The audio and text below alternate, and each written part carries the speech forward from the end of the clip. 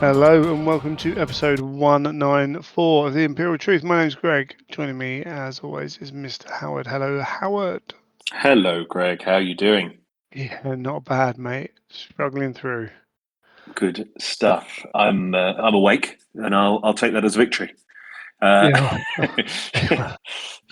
at time of recording, I had to. I failed this. I failed the team because turns out two children is greater than its sum of its parts as a challenge. But here I am, and I'm feeling surprisingly energized and fresh today, at least.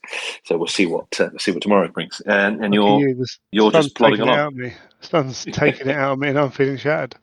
And a boy who normally sleeps very well, not sleeping particularly well. So, hey ho, dad life, eh? Mum probably gets it worse, but we can still grumble. It's all good. We're allowed. I think we're allowed. Indeed. Before we go anywhere, our Element Games for Mm. your hobby needs. They're looking for some staff at the moment. They've got their London store up and running. They've got their Sheffield store, their Nottingham store, their Birmingham store. They're taking over, aren't they? They had a good presence at Salute as well. Or did they? Yeah. They had a good standing there because there was a bit of a change up from some of the usual stalwarts of Right. that you would expect to see. But Element were there and were there in force. They had quite the presence, and I think obviously having a staging ground here in London is helpful now. But Sure. yeah, and that Element store in London is really, really very good. I've been a couple more times since, and it really is a great place to pick up stuff. And the speed at which they get things in. I mean, they have those new Pro Element are the only ones licensed, I think, to sell Pro acrylic paints Sure. in the UK, and they had the new ones, the two new sets that were released at Adepticon. They had them Right. during the week that followed Adepticon. I was amazed that they had them that fast. I thought it would. I mean, I thought it would take a lot longer, and there was some synchronicity there that I thought was very cool. So yeah, great to go in and pick up the obscure and unusual hobby supplies. Awesome stuff. Yeah, and yeah, just we talked about them a long time now. In fact, I messaged them the other day and was chatting, and they put something out we'll talk about in a minute. But they referred it to us as one of their longest affiliates. And it's like, oh yeah, I suppose we were back in the day. They weren't doing affiliates before that, just sponsorships. So Mm. you know, um, over a pretty long time now, they've never really let me down, which is always good, I think. So yeah, if you want to go and get whatever the latest toy is, whether it's Warhammer, whether it's Star Wars, Legion, or whether it's a new airbrush, paints, all that stuff, head over to Element Games. If you use our link, then we get a kickback, helps keep the show running, and we also have codes as well for your to double up your element crystals. And if you choose Howard or myself, then you get to And it is a choose. popularity contest, so just remember So, who's the happy-go-lucky one. well, The other the other thing is that you can use crystals in store. So for those who are lucky enough to be able to visit an Element store, you could just mention that you have an account and you can cash in crystals to offset things. I went in the other day and I bought some glues, those that hobby staple, and it cost me 8p argue. to offset because it was offset with some the little few crystals that had accumulated. So yeah, I would highly recommend doing that. Fantastic. So yeah, cool. What have you been up to, my friend? Well, I have Anything? got the 3D printer up and running again. Ooh. I inspired by some 3D printing activities that you and I were trying to do, albeit turned out to be the wrong printer type. It's what we needed to do. Either way, it sort of piqued my interest again and thought, actually, I need to get on and get the printer because the last time I used the printer was for some bits that I needed when we did our doubles tournament almost a year ago now, Oh, back at the beginning of June. So it was almost a year that the printer sat unattended, and I needed to fit a new FEP to the flexible bottom of the resin tank. So doing that sort of stuff, and made me think I need to remind myself, I need to sort of refresh my knowledge here about 3D printing. Otherwise, even though the printer is now in 3D printing terms getting on a bit, and I've quite enjoyed that, actually. I've enjoyed diving back in, seeing what the advice is. There's a lot of excellent YouTube videos around that are much more comprehensive and straightforward than when I kickstarted off doing it. So that's been up and running, and I have been getting what bits I can to put together some Iron Warriors Dominators. What? As they are something, I know, they are something that I have been missing from my collection of Iron Warriors, and they are a bit of an Iron Warrior staple. So I thought I'm going to get the necessary pieces. I started inquiring with various 3D third-party bits sites, people who basically 3D print themselves and sell you the bits.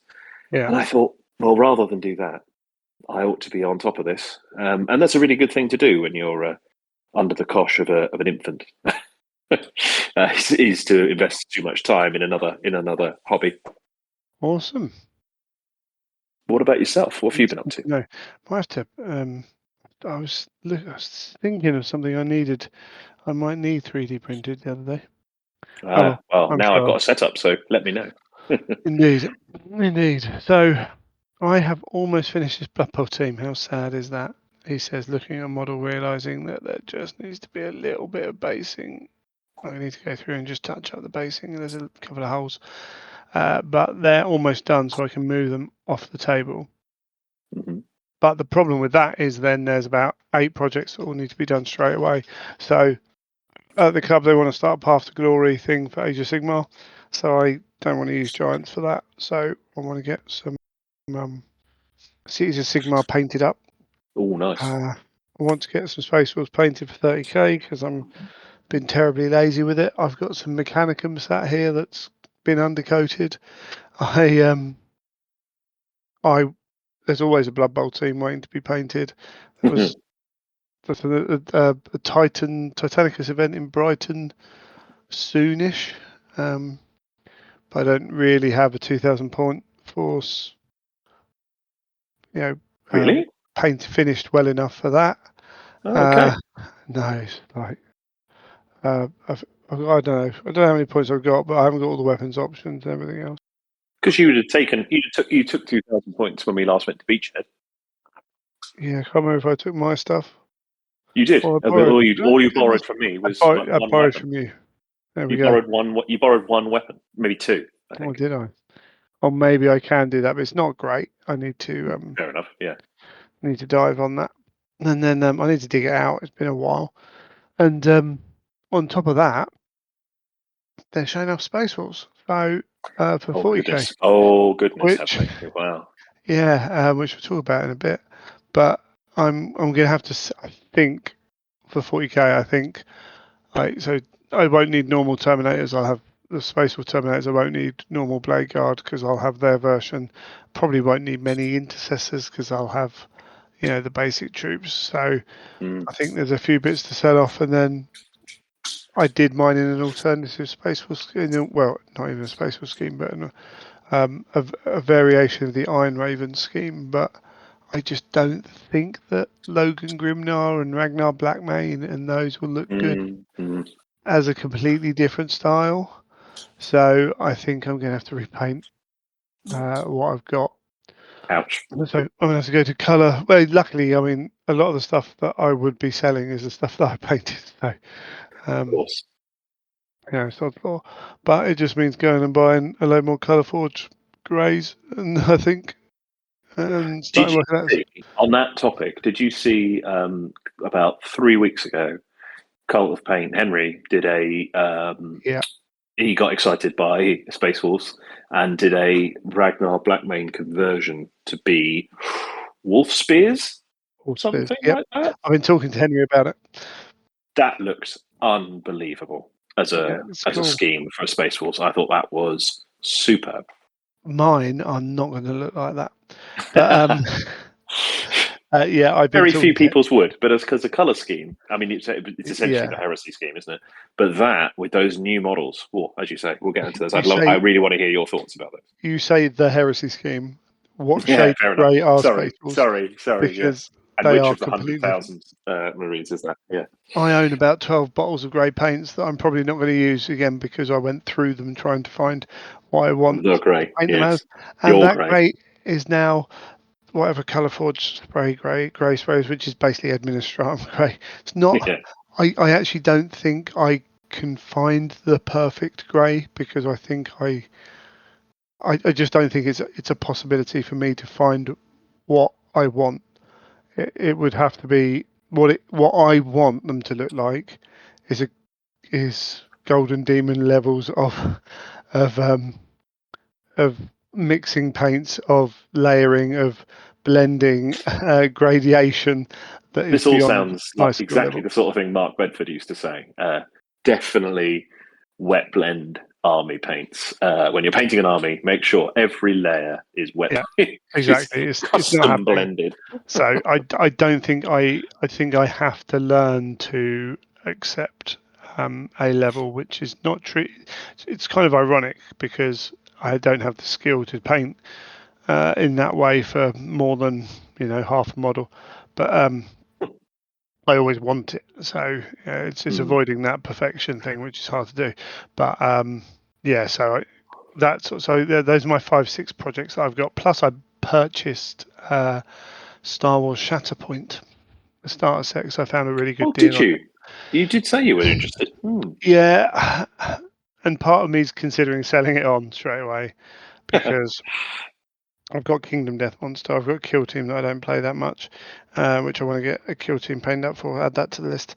I've got Titanicus doesn't get to the table, but I think Shatterpoint could be a very contained game. You can use points to build forces, or Mm. you can just choose to buy the box of 4 models and take 2 of those, and that's your force.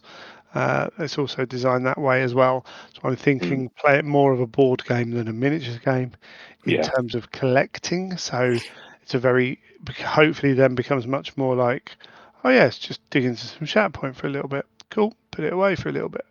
So now I've got them to paint, but that is a very different challenge for me as someone who's an average painter, but also doesn't want to get too detailed in stuff. Is those models have very definite looks. Mm. Like even Logan Grimnar, I can paint him a slightly different shade of grey. No one will really care. Hmm. But if Anakin doesn't look like Anakin, Hmm. that's a Yeah. different story. Yeah. So yeah, that's going to be a challenge. Quite a So nice alternative, though. And it does seem quite buzzy that at the moment. I've heard good things. yeah, I The think one they're that surprised working it's sort of taken over from Marvel Crisis quite a Protocol, which protocol. seemed to be everyone was talking about MCP I, for a while, and it's just I haven't mm, heard a thing about it in however long. they had a decent sized tournament at Adepticon. I Did they? think, Mm. yeah, I think so. There's something happening with Shatterpoint soon. I think I'm not 100% sure. They got quite a lot out, but there's lots because they cover all the eras. So you can play Star Wars Rebels models, Mm. you can play Clone Wars, you can play you know Ewoks um, Mm. from the original 3 films. So they've got a huge scope of models that you can play in that. Um, uh, I don't know. It's funny with Marvel Crisis Protocol. I think maybe just because Shatterpoint's had this little bit of a resurgence in what Mm. they're doing, but um, trying to find decent. Tell you what, trying to find much content of any non GW game, like the the quality. Obviously, there's bad 40k stuff, but you can avoid it much easier because there is much more quality stuff. And trying to Mm. find like playthroughs of Shatterpoint, things like that are Right. entertaining and informative and done well is slightly harder. I have the same thing with Marvel Crisis Protocol. I mean, the good thing about SharePoint is all the models are plastic. I think Mm. I haven't built them yet. But they're plastic rather than I don't want metal models Are ever. they metal for MCP? I think I think they have been for sure. I don't Okay. know where they are now with it, but some of the models I don't know. I do know Certainly that seeing on they've just released the Phoenix, Rogue, and the right. Phoenix Okay, cool. as a sort of, and you've got sort of her in her. I've just recently become the Phoenix too. I'm fully activated as Phoenix. It's like, oh, okay, that's quite cool as a model. They do some impressive stuff, but you just don't hear what people are talking about, and that seemed the space that left seems to have been filled by Shatterpoint, Yeah, which I thought would struggle relative to things like Legion, Star but Wars it's Legion, which just is a much more great game. accessible. If anyone's, oh yeah, I don't know. absolutely. See, I mean, it's weird. So, I mean, we're a Heresy podcast. We're talking about SharePoint and Legion. So my problem, I watched a playthrough of Legion as it was released, just before it was released, and the range distances really bugged me in a way they don't with 40k. Like I'm Interesting. like, why is that laser only shooting? They just seemed very short ranges for the models. And Shatterpoint suffers with that a bit as well. But for some reason, I'm just a bit more happy with it in Shatterpoint. Like I don't know Probably if because it's that slightly more abstracted version, yeah, I perhaps. think it That is. it's like a board game, Yeah, like you said. I think that is part of it. But with Legion, it was very much like, well, what? Uh, and also, like having read the comics, if you put Vader down on a table in Legion, you sit there and think he should be doing this. But I think so. What Shatterpoint can do, so I don't know. It's a weird one to explain. Like Marvel Crisis Protocol always get muddled up with that. You've got these superheroes who can all do super things, and it can get crazy. I believe Shatterpoint can as well, but it feels very much more like it's a comic show. Like it feels very Okay. much like you're watching an animated thing. Like you can go crazy with it, but it doesn't seem so to me anyway, and it might be that I've just looked at MCP wrong, but it just kind of feels better, feels okay. But we'll see. Maybe I'll hate it. Maybe I'll be bored of it or what have you. But when you can have Ewoks running around and they can be viable, it's cool. Trying to Anyway, roughly segue back into Heresy. Um, Talking about games of that scale, there was a fan project that I think reached a certain milestone, which was a conversion of Kill Team into the Heresy era. And you obviously having given you Legion specific rules for Legion specific kill teams. I think presumably you could mix and match all of those. The production quality of it, and I will get the information because I can't remember it off the top of my head. I will get who the author was and where it can be found. It's entirely fan made, as you would expect. yeah, But if I find that, we could put that in the show notes. But for it is sure. worth a look. You can find it. I mean, it's fairly easy to find. Kill Team Heresy or Kill Team Edge of Darkness, whatever it is, and it's really quite good. And I just, as you say, the Kill Team engine, the Kill Team game is a lot of fun, and I think it lends itself. I would love. I mean, we're talking about board games here. When we used to attend the weekenders, we used to take Gore Chosen with us, at Games Workshop, small scale, pub scale, I would say, board game where you had four characters in Age of Sigmar, these corn devoted priest gladiator Yeah. type characters, and they just went up against each other. I thought, how is there not a conversion of this into the Conquerors fighting pits or something similar? I would love Games Workshop to make those board games that because they do still have a handful of those. And they did like Gangs of Camorra and they did others, they've not those, but they're only released in the US and Germany. Why they're not released in other markets, I do not know. Well, But I would love them to have more of those self-contained. We touched on self-contained board games yeah, I think last show, and I maintain it. it's a specific outreach plan, right? Yeah, fair enough. I'm just I'm going mad here. So yeah, I talked last time at DevCon about not picking up Blitzbowl and wanting to get that. Um, Mm. I do think that they could either license them off to someone to do it, like if that's how they want to do it, or create their own.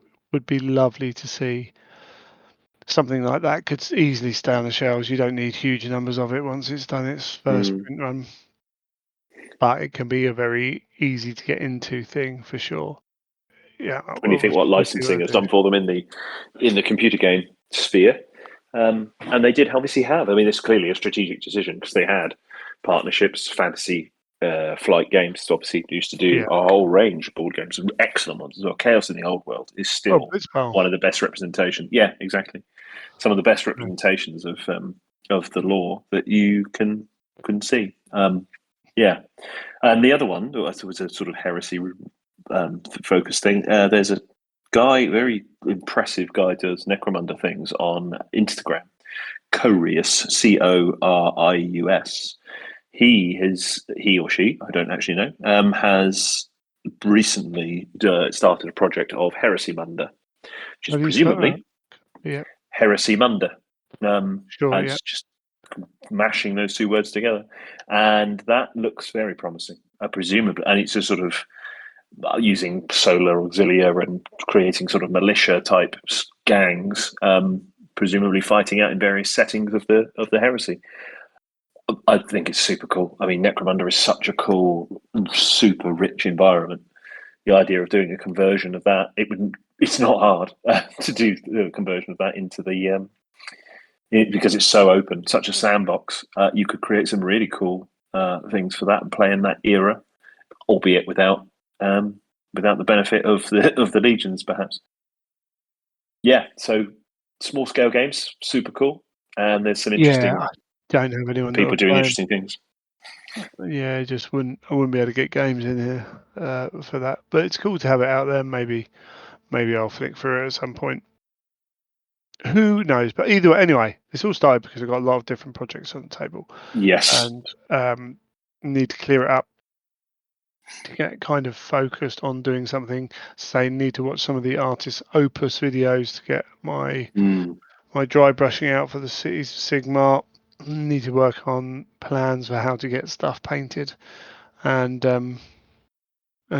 yeah, as well as all the other things that are going on at the moment. One of which is, a lot of you may be aware, because I've been Instagramming it every day for Look at Me Go, is we have a Heresy Raffle going on. So this is something I can't remember when I first thought of this. It must have been summer last year. Must be best part of a year ago.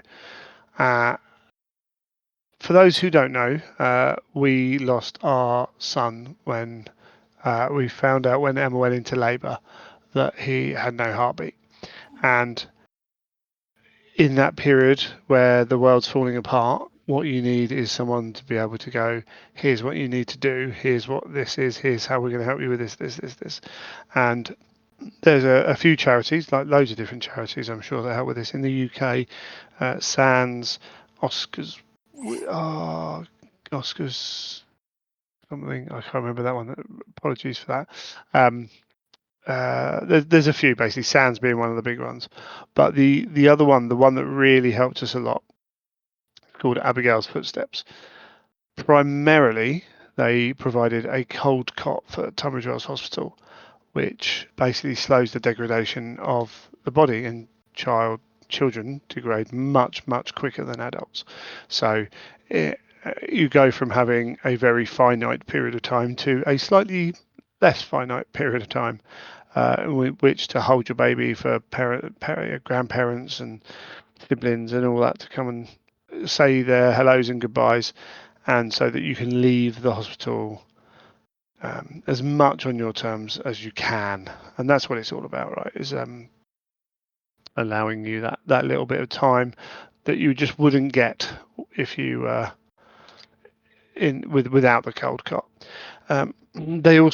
We had 6 sessions of counselling for free. We also had just like information and support. They also provide training for midwives and other people in that area of the hospital about how to handle a situation and how to talk to people and things like that. Because any situation where your world's falling apart, someone can say the wrong thing, or they can anticipate your needs before you're there. Before you're at that point, that kind of stuff is all invaluable.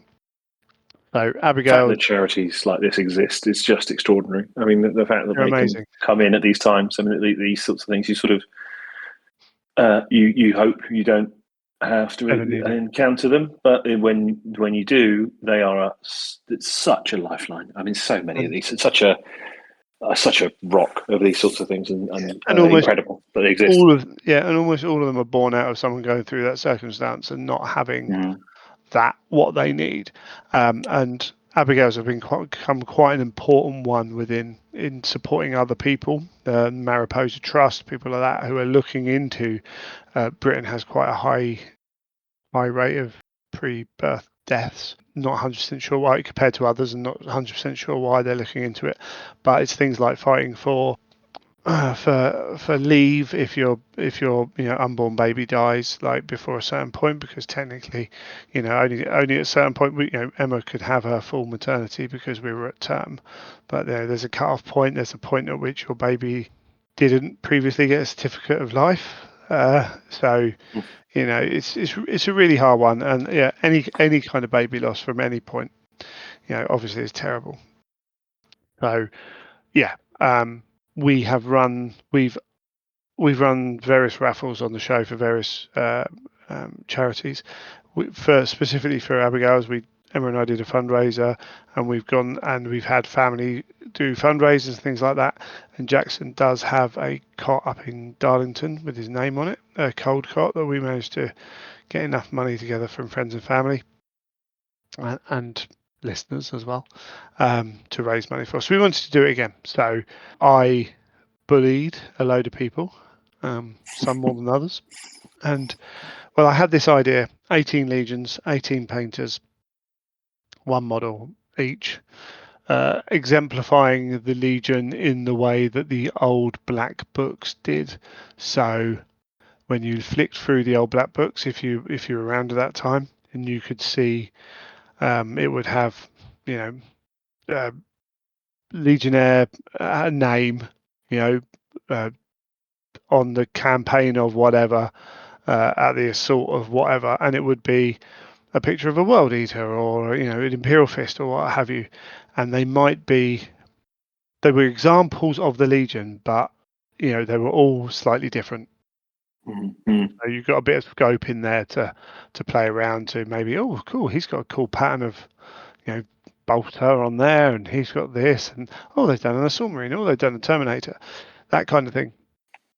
And so I wanted to keep it to a basic legionary, but allow people a little bit of space. And amongst these 18 names, we've got two Slayer Sword winners. We've got Neil Hollis, and we've got we've got Richard Gray in there. And we've got like names you will have heard of, or a lot of them anyway, and from various different places. So the idea was to spread that across. Yeah, different names for 40k and wherever, and some like Durant's in there, who used to be on Warhammer TV, who's Electric Eve on Twitter and Instagram, who does paintings, quite well known in the D&D segment of community and things like that. So we got Rob Mailwell painting Dark Angels. We got BB, so that's Metas Miniatures. We got BB painting, done a White Scar. We got Richard Gray's done his Space Wolf. Caleb Wissenbeck done Imperial Fists. Miles done from Little Legend Studios done a Blood Angel. Stu from Miniature Realm Studios has done the Iron Hands. Colin Ward done an Ultramarine. We got Liam from Liam Paints. It's Liam Paints, isn't it? Who's done Salamander. We've got SN Battle Reports. Did Raven Guard. I'm going to try and remember the guy's name. And it was specifically someone from them. I want to try and find their name. Let's see if I can find it. It's always, oh no, it's gone now. The story's gone. Can't remember his name, but I just followed him on Instagram. Oh, it's really annoyed me. But I will try and find that and put that up. Who else have we got? Where am I? Where else did I get to? Okay, so Pete the Wargamer in Emperor's Children. Tyler Mengel is Iron Warrior. Neil Hollis is Night Lord. Ollie from Broadsword Wargaming. We've done a World Eater. M's Death Guard. We've got Spen's painting Sons of Horus. We had Darcy Bono doing a Thousand Suns Marine. Unfortunately, USPS managed to try to take a week and a half to deliver a 2-day parcel. Ouch. for Darcy to then recall it, for it to take 3 weeks to get back to her. So yeah, so last minute we had Tank Pot Zoe do 1,000 suns for us. It was all done in a matter of days. She's absolutely brilliant, superstar. She is the indomitable Henry from Carl Paint doing his word bearer, and Josh Omegon Edge doing an Alpha Legion. That's some really great paint jobs, and some of them are army painters, and some of them are individual painters, and very different styles, and people will have their favourites, like of styles of painting as well. But I think they look kind of good. And you were talking about 3D printing. I had this idea to display them, and we had when you get 18 miniatures, trying to display them in a way that doesn't take up all the space in the world is tricky. So we thrashed out some ideas, didn't we? We did. That was quite a session, wasn't it? A design session with Yeah. a few sketches. You had a great initial sketch, initial idea, and thought, how hard can that be? Turns out reasonably to get them to be they're all shown off and can be configured in different ways.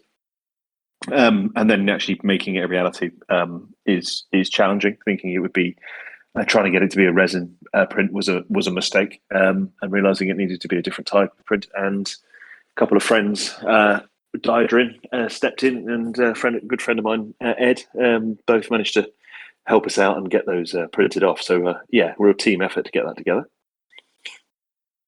Yeah, and I think the effect is really cool. To blow my own trumpet. I mean, the thing is, I knew I didn't have any talent. Like, no one's going to buy a miniature that I paint. Like, it's not going to raise, certainly not going to raise the money. And the target is £2,800, which might have to be adjusted. I think Colcott's may have gone up. The information might have been slightly old. Either way, I mean, if we get close enough, I'm going to put the money in myself. It's fine. I would love to get another Colcott into hospital. They recently talked about how many there are, and there are a decent amount, but there's nowhere near enough.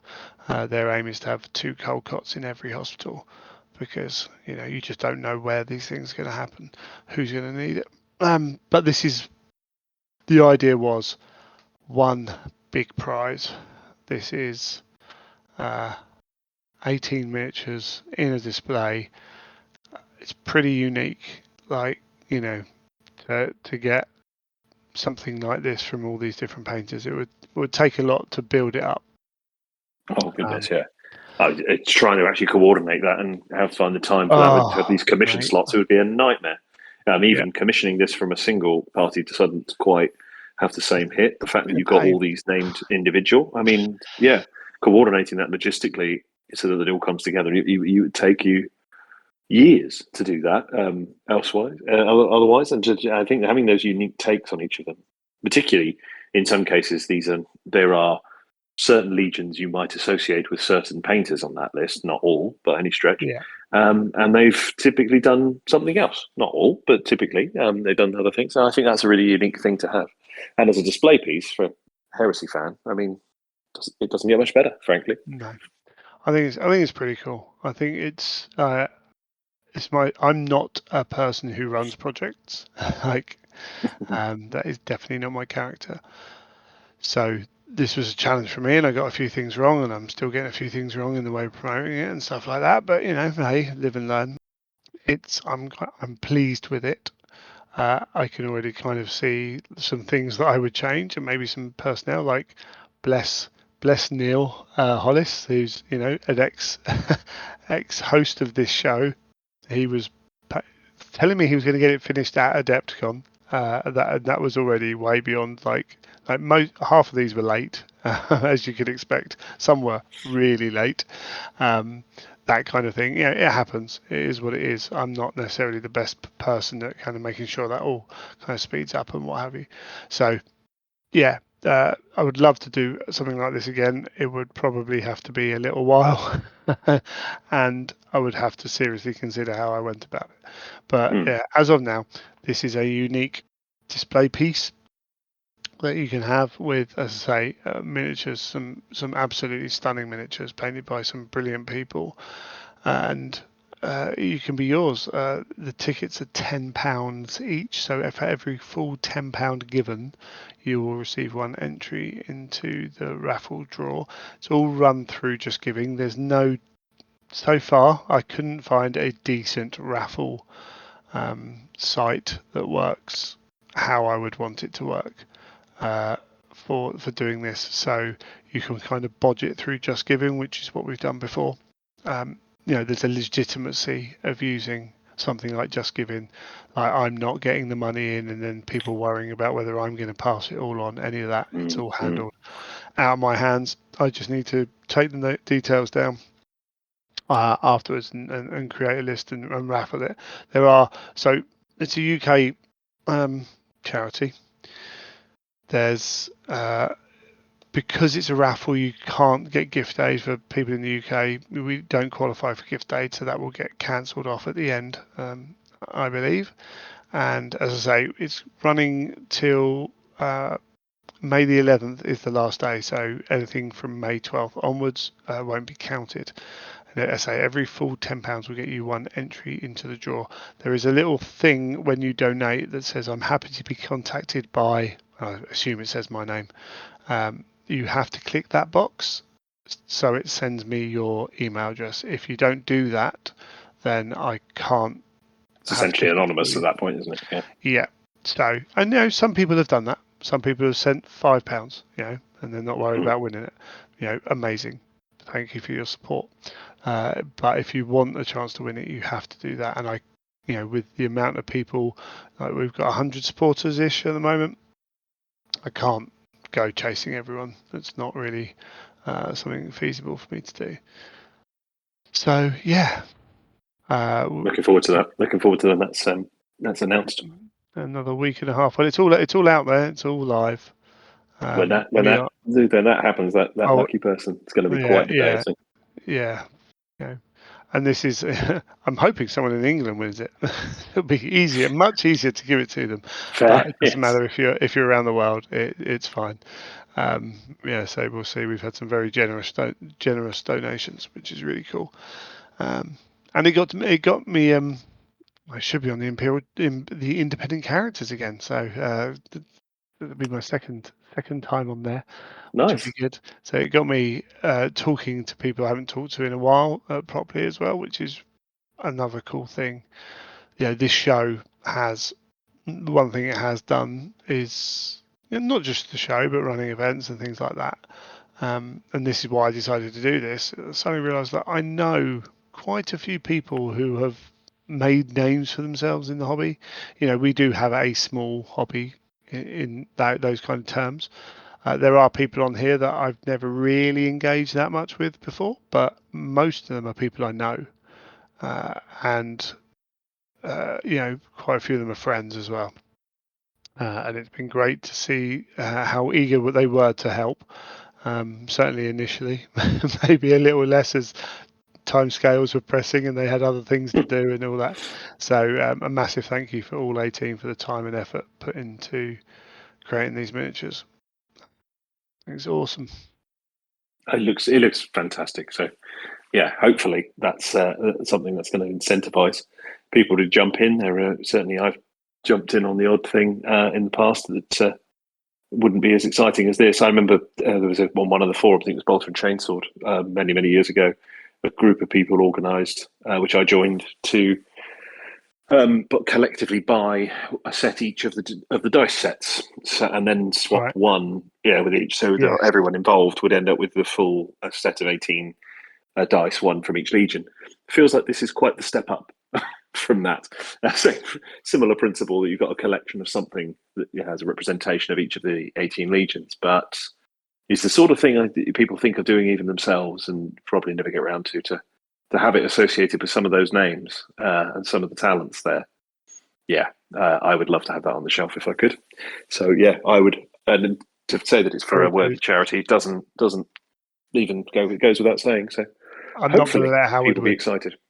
by the way. Yeah, quite. I am very much excluded from that.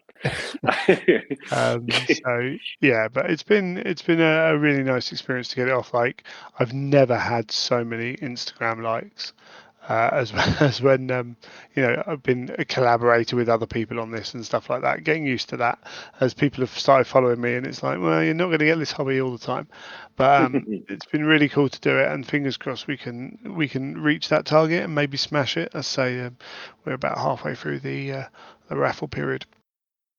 By the time this comes out, we'll be pushing closer. So if you do want to do it, jump on it nice and quickly. Awesome. Right. Let's leave that part there and then we can come back and talk whatever news there is.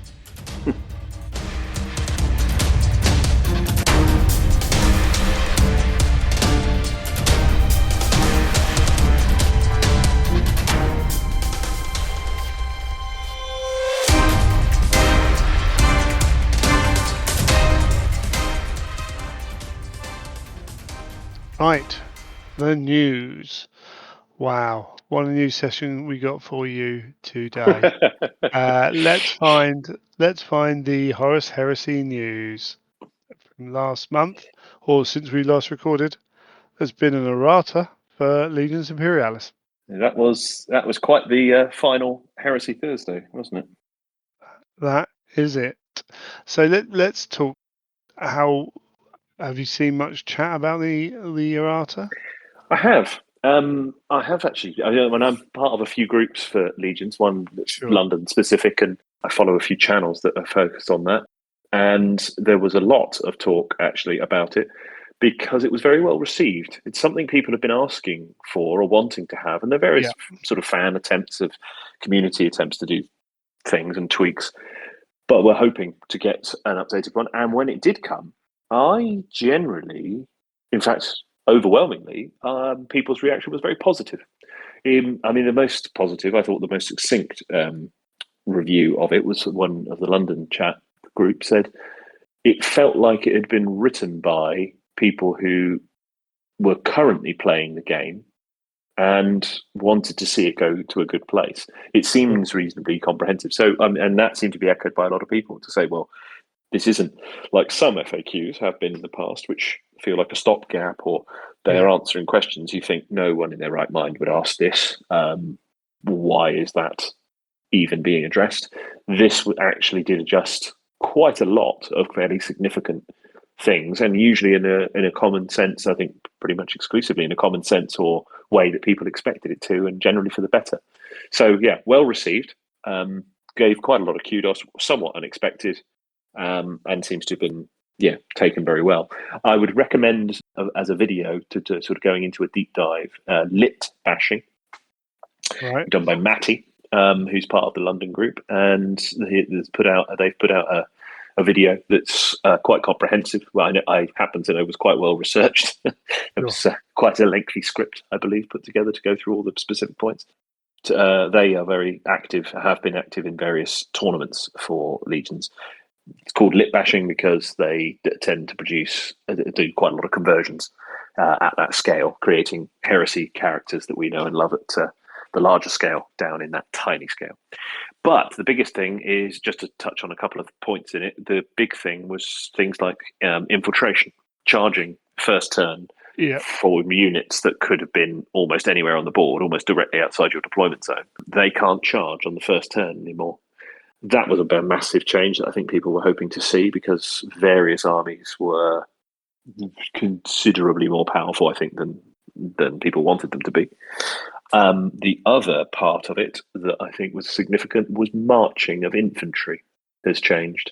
Infantry used to be able to, under a march order, go triple their movement, which was a change from the 80s, 90s era version of this game, which borrows a lot from.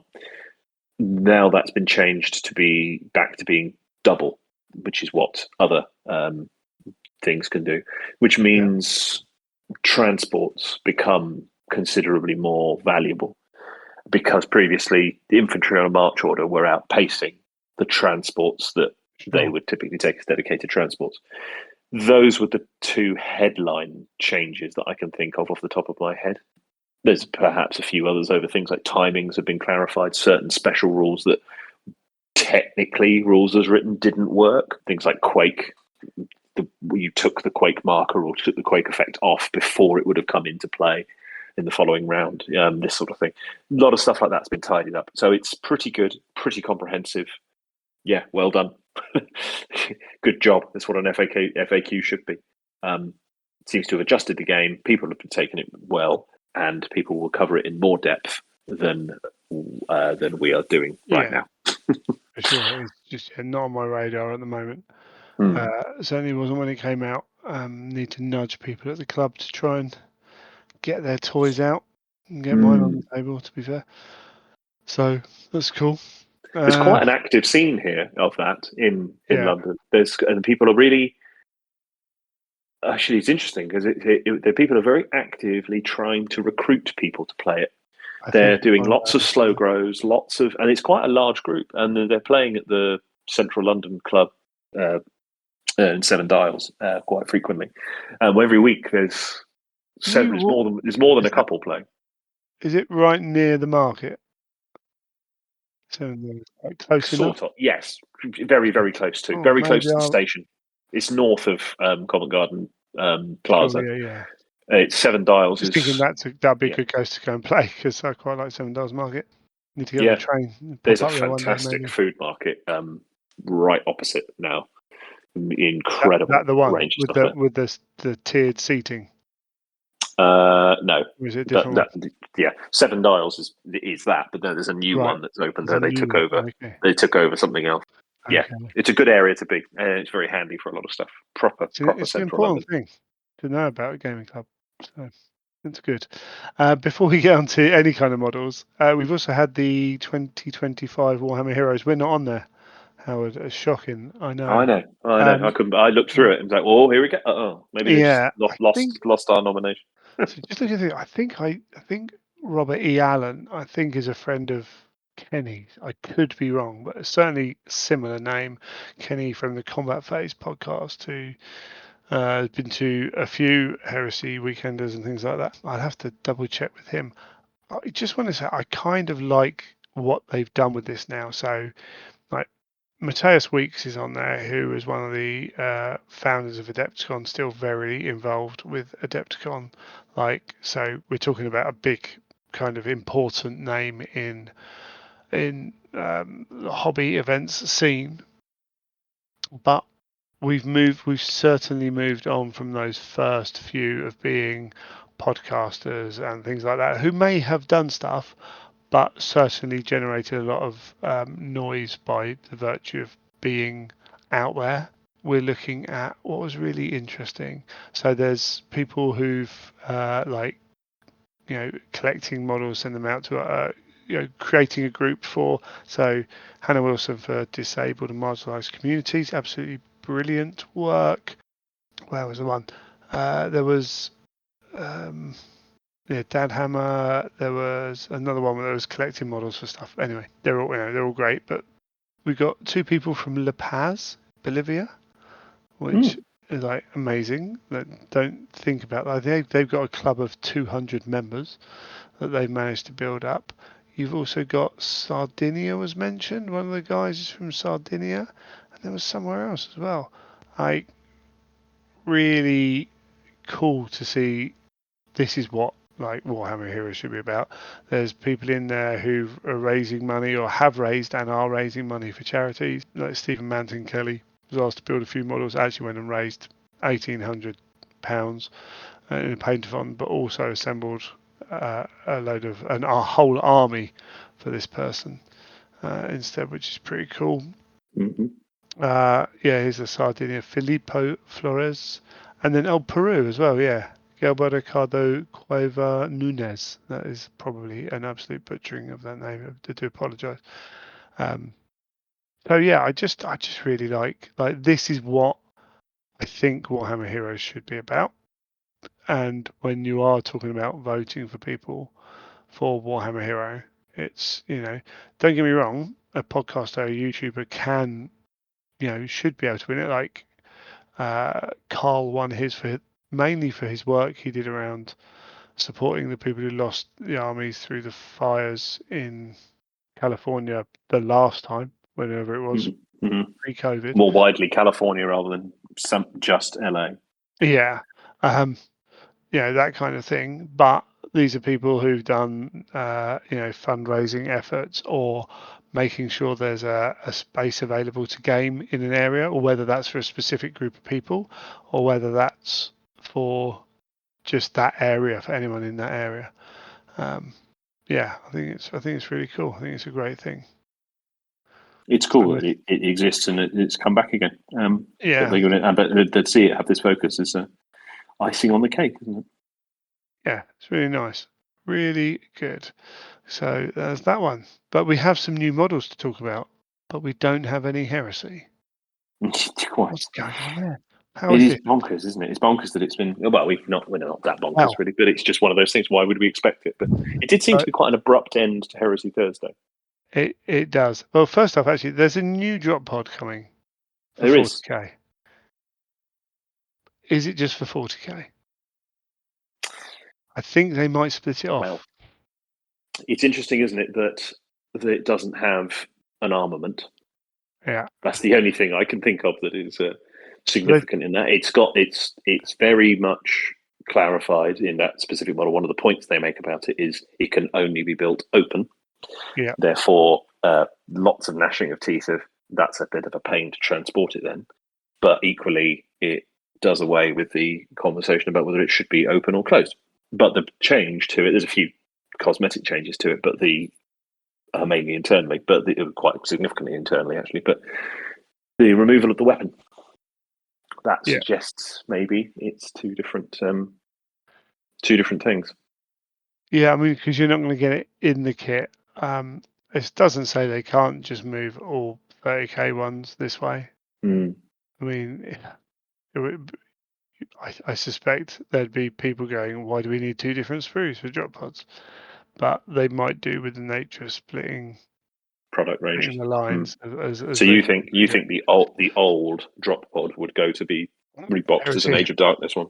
Yeah, I kind of again like I don't know, but I wouldn't bet against that happening at all.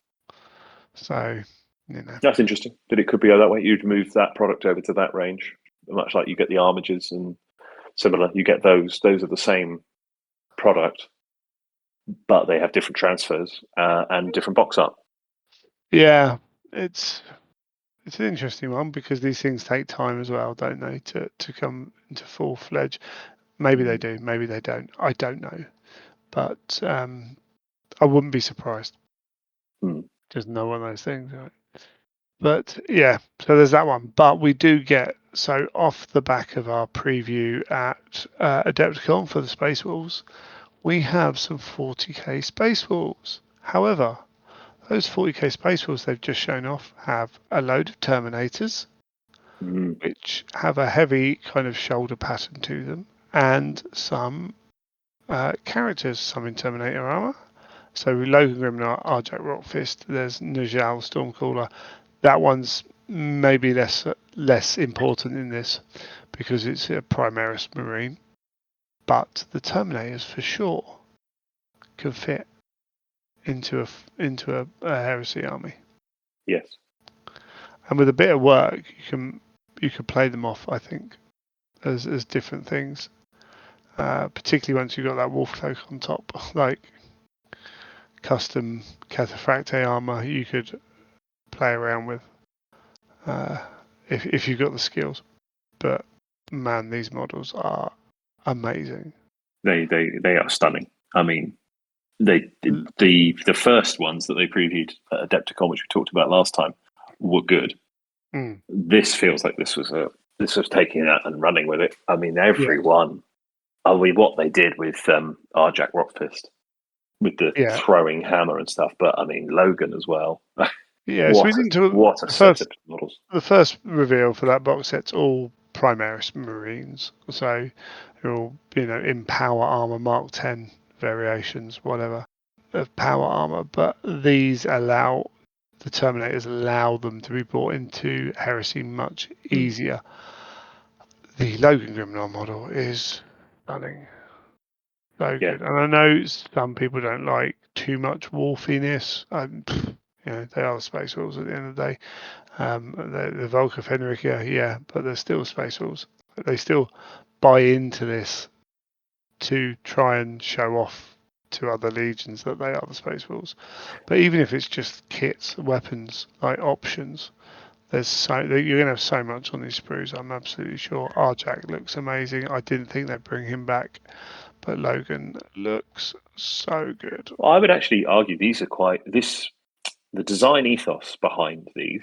And there hasn't been a design focus on this, but there's actually relatively little, It's rather, left it's a over the relatively top. balanced amount. Yeah, exactly. Yeah, It's a balanced amount of iconography. There's actually quite a lot of plain space. And I've heard Jess Goodwin talk about when they were introducing essentially the redesign of Space Marines, and they did that through the medium of Primaris Marines. The point there was to sort of create a template which was deliberately blank, that yeah, they could then embellish by the various non-codex compliant chapters or the distinctive chapters, of which Space Wolves are one of the chief ones of sure. those. Which this, I think, does. And I think you even saw it with the more recent Blood Angels releases as well. The Sanguinary Guard went dramatically the other way of Yeah. not being hugely ornate, for better or worse. The Space Wolves, though, feel like they've absolutely nailed the sweet spot of that, particularly the characters. Arjak Rockfist has got a lot of plain space on there. Arjak highlights that. I would Mm. say that they are very much 40k wolves more than 30k wolves. 30k wolves Mm. lean more into a runic kind Yes, that's of true. Mm. feel to them rather than specifically wolfy. So Yes. these are on the wolfy scale, but still well within Yeah. the parameters, if you know what I Slightly mean. So, higher up that slider. yeah, Yeah, I agree. yeah. Yeah. Your, Turned your it up a mileage bit. may vary, Mm. but I wouldn't be offended to see them. I don't think many people would be offended to see them, but some people much prefer the more Mm. kind of runic, tribal a warrior than the wolfy one. But There yeah, was quite a few, the number of people who jumped in when the blood claws were shown, and they mm, didn't have some of the signature, specifically that little extra piece of that ridged armor around the knee pad. It was more the classic knee armor that you tended to see on there's other a things. So few, people were aren't kind of there? straight on that. Yeah, there was a few people jumping on that, but I mean it's even more Flared, pronounced there with others. Yeah, yeah, the flared legs for yeah. sure. There's some of them. Yeah, this is why I've got to sell a load of models because Grey Hunters and Blood Claws are probably going to take over from my Intercessors, and Wolf Hmm. Guard Head Takers are probably taking over from my Blade Guard, and I don't need any characters anymore because I've got my Hmm. Wolf Priests and my whatevers, and now I've got my Terminators. So they can all go, and my characters are all so sorted. The Terminators are particularly good as well. They've done such a good job of taking those newer Indomitus sculpts and then taking them off this way. Slightly unusually, I just want a tedious thing that you see to spot with these things. Left-handed bolters don't tend to see those very often, and yet most of them have left-handed. Oh, on that, yes, for sure. Yes, they have. On the Terminators. Handed bowlers? Is it normally right-handed bowlers on Terminators? Yes, it It is, is. isn't it? And It's left-handed. almost always right-handed bolters, and usually Yep. right-handed Marines with bolters as well. And yet it's a Um, right-handed assault cannon. mm, Because I noticed that with the Primaris guys as well. Is it mainly right-handed bolters actually? I thought there was some I saw. Maybe I was looking at something different. I think to have any would be unusual. For the Yeah. Terminators to be predominantly left-handed guns, right-handed close combat weapons is unusual, particularly so. Maybe someone flipped the file. I wondered that. I wondered if it was flipped images, But and they it's got it wrong no, at because Warcom, and then it comes out the other way. the That'd be a hell of a cock up. yeah, the Crux Terminalis is on the right side, Oh, okay, and good. everything like that. So on the correct side. So yeah, they are supposed to be that way. Maybe they're just taking the mick a little bit with having the bolters to be non-standard. Um, but yeah, it's that's the news. Like we've had a plethora of releases. Like there's been a good solid string of releases, but nothing new. Should I touch on those because coming up shortly is the release of the new Mechanicum items for Legions.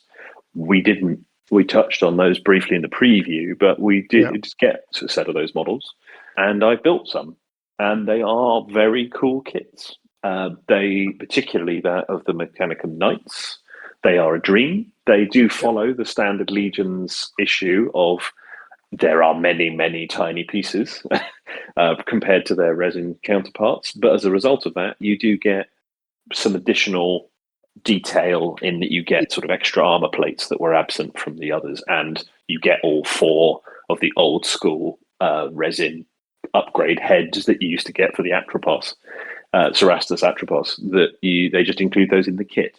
They are a delight to put together. It's an interesting one, isn't it? You say they're a delight, or are there way too many? Way too many small pieces. I could get. That's why I mentioned that, because it's not everyone's cup of tea, and I can see why that. The price point being what it is, and it's not so many bits. I'm looking at you, Leviathan, Dreadnought. It's not so many pieces that and I mean that in both scales actually. It's not so many that it becomes prohibitive. Sure. So it's certainly overall a very positive thing to see them go this way. It was interesting the nature of the way the kits go. You, instead of 6 Questoris class, you get 4 because there's more bits, more things going on. Whereas you get to get 4 Questoris and 4 Atropos, it seems very good value for the Atropos. Sure. It's still great value compared to the resin. But the Questoris, it's just a shame they couldn't quite get 6 in the box. They couldn't. It would just be a lovely parallel with the Imperial versions of the Knights. The star of the Knights, though, is definitely not the Porphyra, the Acastus one. That just looks so cool. And I think it's got you're slightly more encouraged or slightly more emboldened to have a go at some different poses, I think, seeing it in plastic. The tiny tanks, star of the show is the Karachnos, because it just looks awesome. I think once you've built them, you suddenly realise that the Karachnos is big. That has a lot of fiddly little pieces, those little mortars. Putting those together is an exercise in using tweezers. However, they do look, and the sponsons looking incredibly fiddly, little lightning guns supported on little spindly things. But they are the sort of thing that even people who are experimenting using 3D printing, you think, I can't be bothered. It's not worth it in doing it that. I'd much rather go and get the plastic kit. And it just looks great. It really does. It's got some heft, which is going to look cool amongst the Mechanicum. The tanks always surprise me. The Krios always surprised me how much smaller it is. And the slightly unusual decision, but it was down to sprue space, of having of the 3 different weapon types in the box, only one has 6, which is the number of tanks you get in the box. The other 2 weapons you only get 4 of. Suggesting, and having spoken about it at length with people in various chat groups, 2 boxes of those goes quite a long way in being able to mix and match different squadrons to match the different formation sizes, or detachment sizes, I should say, in Legions. But lovely little kits that do go together really well and are highly representative, and they've scaled the detail down and enhanced it where needed to suit the different scale. They are all out in one go, so it could be a very expensive time ahead for those who are interested. This is a problem I've got when the Space Wars come around, right? There's too much stuff going on. There is, but it does seem that the things are grouped in certain ways. It depends. It's hugely problematic if you're multi-system, but I don't feel it's coming quite as thick and fast as it once did. No, it does seem to be a little bit slowed down, but which I think is a good thing. The other problem you've got when everything drops at once for a single system is you want to get it that weekend because you want that extra percentage off, because it adds a little bit more, and you want to make sure that it's in stock when you want it. So I won't dwell on that point because I think other people have been, but it is. There are friends of mine who are heresy adjacent, heresy curious, who have just gone off it cold because they go to the website. 90% of it's out. you're like, well, okay. It's been like that Yeah, for 6 months, a year. You're like, okay. certainly less common for 40k, but still having issues in certain places. But we've talked about not having anything going on in Heresy, not having models available is a major thing. So we've got I can't remember where it is, one of the American Games Workshop run events coming up end of May, not Tacoma. It's another one. Dallas Open. Dallas Open. So they got a preview on the 22nd. And well, again, I'd just be surprised at all if we get an announcement there. Like the lack of anything mentioned Heresy just makes me feel like there's got to be something coming. They're not dropping it, right? It's not happening. No, clearly that's So not the case. But the fact that there's no, as you said, we were talking earlier about, there's no book, there's no road mappy type thing. There's nothing on the horizon. There hasn't been previews of certain things. That goes for Legions as well. not in the not in the last preview, but No. just really quiet on anything Heresy based. Suggest we got something coming.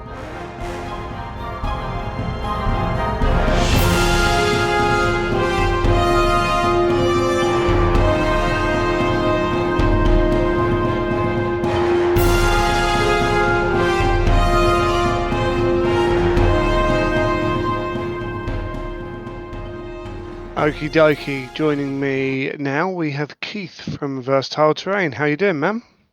Good, very good. So, former sponsor of shows that I've done, and general. I mean, you were the first person putting out the name kind of things, weren't you? Yeah, Like the first real. 8 years ago now. Blimey. Yeah. So so for those who don't know exactly how did Versatile Terrain start out? What are you doing? So I was having to think about this today. But Versatile Terrain was based on the idea of versatile. So originally I had an idea about MDF tile based system for terrain, and I went down a particular path and knew for me that it wasn't going to work, and I was like, what the hell am I going to do with this company? And then I just stumbled across the idea of nameplates. Sure. Knew kind of no one else was doing it, and like one of those kind of moments in your life where you feel like it all comes together, and that was it for the business. And so I put a few designs out there, and the response was overwhelming, and I expanded it, and yeah, like 8 years later, like I knew I was the first one kind of to set the trends, and it was so amazing to see everyone jump on board because they wanted to name their miniatures. It was the whole idea of narrative, and it was exciting to see just how the community grew based on that. And it was just it ended up being a global thing, featured on Warhammer Community from time to time as well, which was amazing. Considering they don't generally show third-party items, so that was a first. Yeah. And yeah, that's it's been pretty much it. Like I've been doing that and the supporting events, building a strong kind of following and making online friends along the way. For me, I'm stuck behind my desk. I don't get a chance to go to events at all. So I almost kind of get my enjoyment out of what people experience. Sure. Like, so when people go to Adepticon and Nova and everything, and they send me their pictures, it's funny. That's where I get my kind of hobby enjoyment out of, just seeing other people experience it for me. Awesome. Yeah. So you're doing nameplates. You got, I don't know how many different fonts, and it's basically for any kind of base you want, isn't it? From Titans down to. Pretty much, yeah. But a lot of it has come from customer feedback to say this one's missing, so Sure. I'll jump on board and do that as well. Yeah. No. Brilliant product. And then out of nowhere, you've decided that running your doing that wasn't enough, and you're launching a whole new thing coming to Kickstarter very soon. How did you come up with Monolith? So I would say about 3 years ago, I had the idea of displaying some kind of diorama, and I was going back and forth as the best way of displaying it. And then I focused on the book nook, and I must have spent about a year and a half kind of engineering the case alone. I hadn't even thought Wow. about the dioramas. It was just all in my spare time. I obviously have a busy day job animating and film and stuff, and that takes up most of my time. So it was in addition to everything I was else doing with the nameplate. So I was trying to find a flexible design that would be future proof, and it took me that amount of time. Really? Yeah, it's I don't, when I do something I have to do it like Sure. What were the um challenges then? So uh, we should start before we get into that. So a book nook is something that fits in a bookshelf between books and displays something yeah, effectively, and they become a bit of a thing, haven't they? Um, they have, yes, with yeah, people it's a making their very own various. It can be whatever, can't it? At the end of the day. exactly, yeah, So yeah. what are the challenges in what was so difficult in getting just the structure of it right?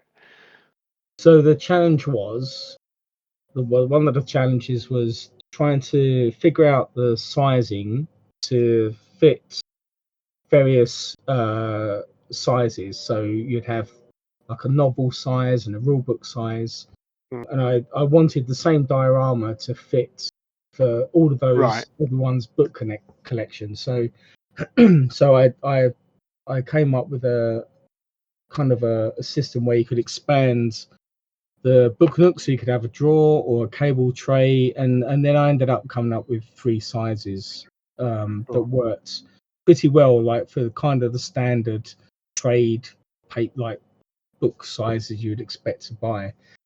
Yeah. The other challenge was how to light it, and I wanted to come up with two versions where you could light it from the front, which was a very quick way of doing it and very cost effective, and it takes 5 minutes to set up. So that's integral within the case. So not only is it a book nook, but I wanted it open like a book. So Yeah. when you close it, you lock it down with a fascia, and that fascia has the LED system in place. But then there's an additional kind of expert level where there's like an interior channels that light the dioramas individually based on how they've been designed. So there's two versions. There's two ways of lighting your dioramas. That's cool. Yeah, I suppose that's not something like in the traditional inverted commas book nooks I've seen. It's very much that what light can gets into it from the outside. But Yeah, I've seen versions where like you see an MDF book nook where people throw in some fairy lights to the background. yeah, That's it. But I wanted something that would really kind of complement the diorama, and also like you're able to, like with our book nooks, you're able to create your own dioramas as well. sure. So I wanted a quick version to be able to kind of light that stuff as well. Right, yeah. And it allows, I suppose, it allows the full dimensions of the book nook to be used. If you haven't got that light source, then you're restricted in how far back you can look Yeah, because yeah. It's amazing just how much is illuminated. Like even if you just use the front frame lighting, yeah. it costs £5 for a dimmable LED cob lighting Oh wow. setup. It takes 5 minutes to set up as well. And then suddenly your whatever you create, whether it's our printable dioramas or whether it's just whatever's in your imagination, it Sure. just illuminates it beautifully. So it's an option for everyone, really. Yeah, that's cool. So you've got 3 different sizes. You've worked out like the frame of it. Yeah. Like obviously, so you're an animator for films and Yes. screen, should Yeah. we say? So is the kind of diorama, is this something you've got a passion for, building a set, as it were, within something? Is that something you do with work much, or is it a I'm passion outside of that? it's kind of like an interest. So Sure. I've animated like big iconic characters like from Star Wars and Jurassic World, like um Aladdin. Wow. There's been lots of big things I've worked on, and there's an influence there about cinema. Sure. And this is kind of like a stepping stone. So it's like another creative outlet. Obviously, I get a lot of creative input and energy from what I do. But when there's always something missing, you just kind of Yeah. want to do something You've got to extra. work within that license as Exactly. well. You're Yeah. restricted, and yeah, Yeah. I get you. And then the biggest influence for me is growing up was just seeing the old Games Workshop dioramas, like the Yeah. cross sections. Like there's one where there's like orcs fighting, and there's like a rhino in the top level. All that kind of stuff. Just like growing up, that was just that was amazing to me, and that was the kind of thing I wanted to kind of interpret, or going forward with Versatile Trains, the idea of telling story like a battlefield, or like if you are able to display your miniatures in a, like, because not everyone can like print tabletops full of terrain, No. and I wanted to create something that was more achievable, a smaller project, and suddenly you have this beautiful backdrop where if you want to do like a little Instagram post of a miniature, then suddenly you have something to photograph Yeah. against it. So I never yeah. thought of that actually. Is it works as a canvas on which to put your Well, models to display them as well. That's quite exactly. cool.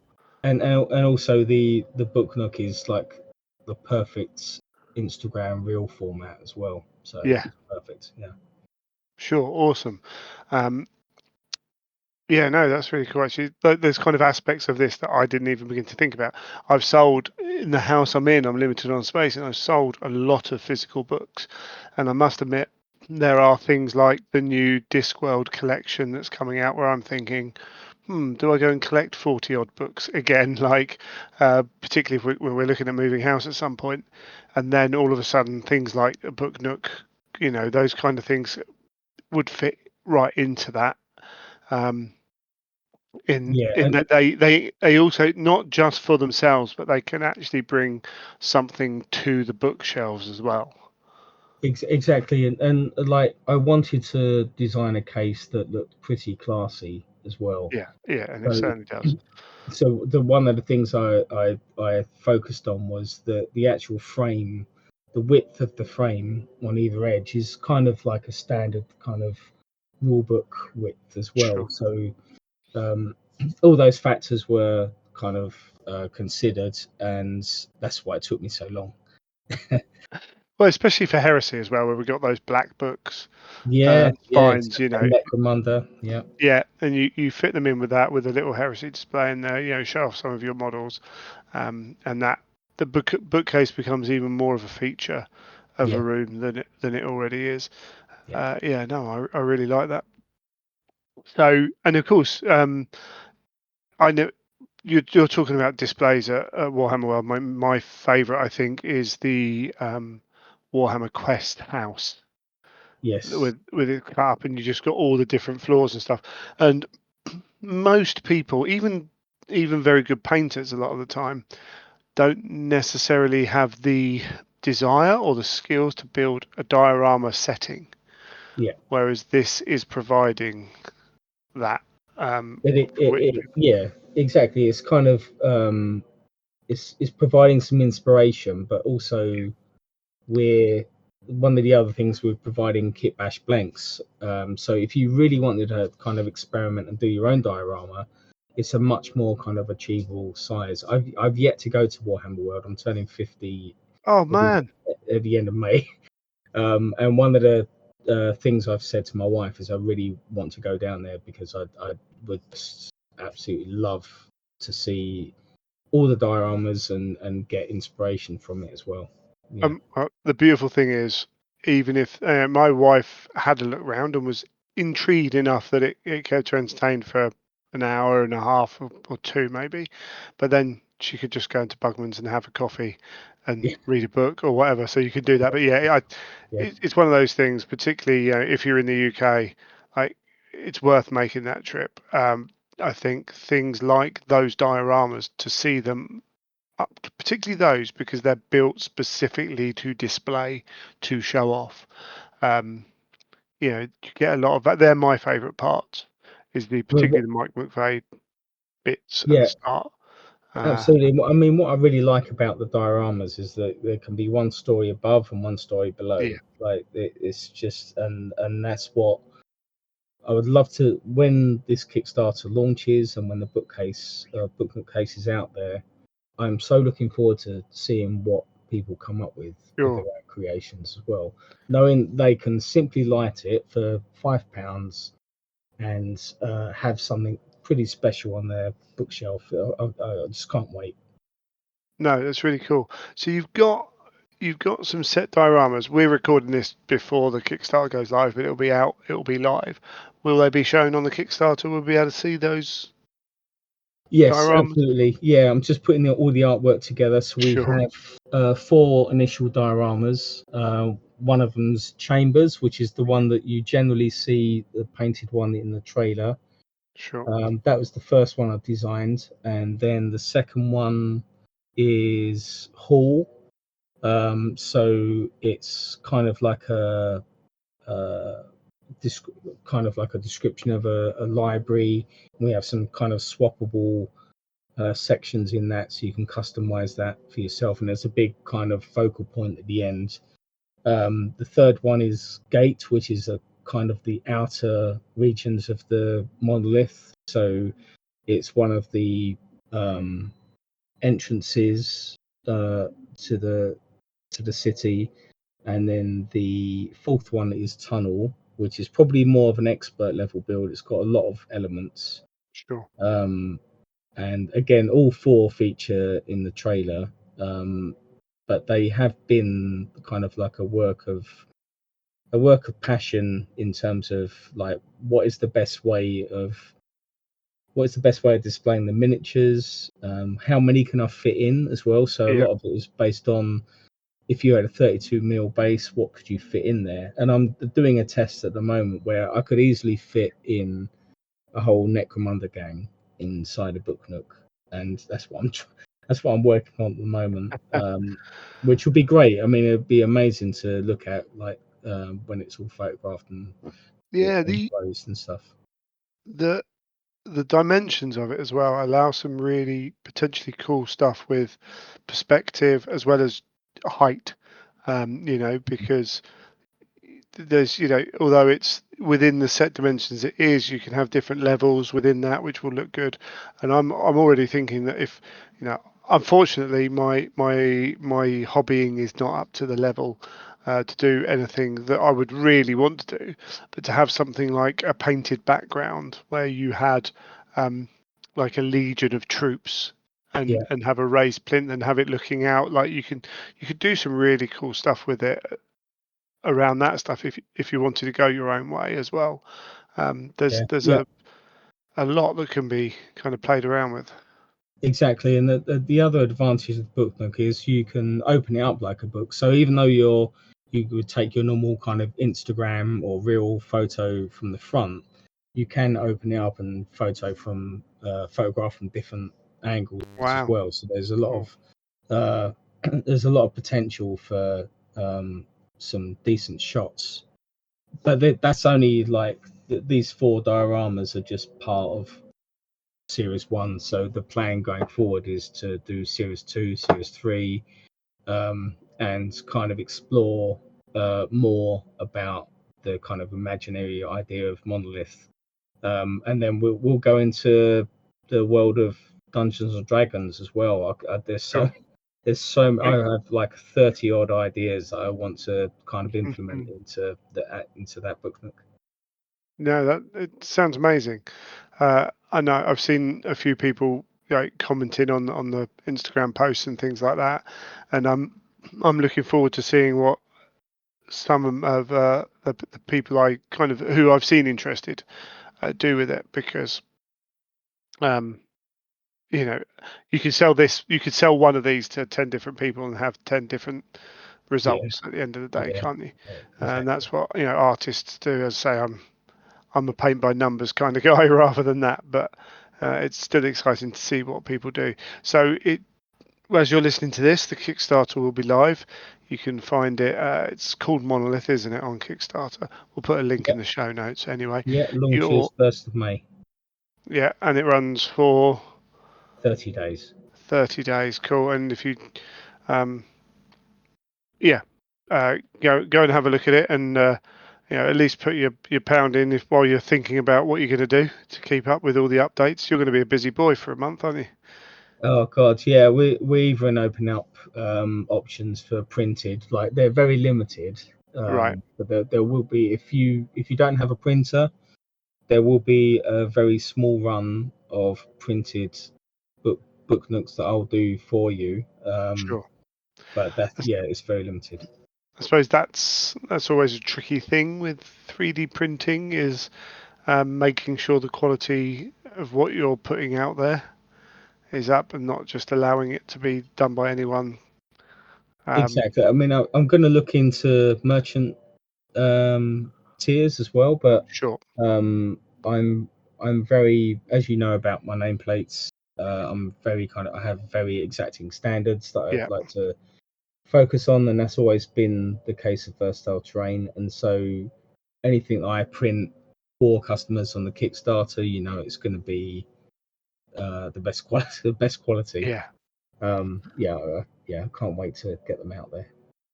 Awesome stuff. Is there anything else that we've missed that you want to talk about? No, I don't think so. I'm looking forward to seeing you again, because the last time I saw you, Greg, was back in Salute many, many years ago. And as I said, I want to go to Warhammer World. I want to get out there again. So Well, yeah. stop Let me being know such when a you're planning on recluse. going. Yeah, let me know when you're planning on going to Warhammer World, man, and maybe maybe that's the excuse I need to tell the missus that I have to go away for a day. Yeah, um, lovely. that kind of thing. Yeah, I must admit, since COVID and being ill and stuff like that, I've not seen anywhere near as many people, and it's great to go and be out there in the real world, and doing things, and meeting people face to face. So Yeah, awesome stuff, man. amazing. Thank you, Greg. Appreciate it. Thank you.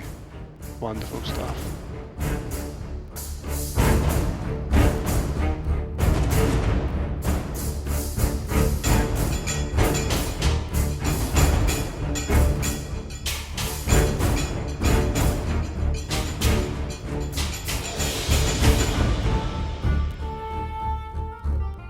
Okie dokie, we are going to try something new now. We are going to look at doing a few little different topics. I've got some ideas in mind, which I haven't yet passed by Howard, but I will do those. But we'll do that. We'll have our show meeting off air, shall we?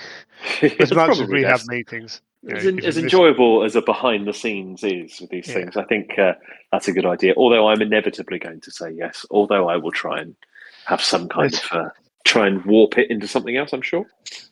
I always quite like when podcasts have their little chat on, and then they even my good friend David Whitehead will do this every now and then.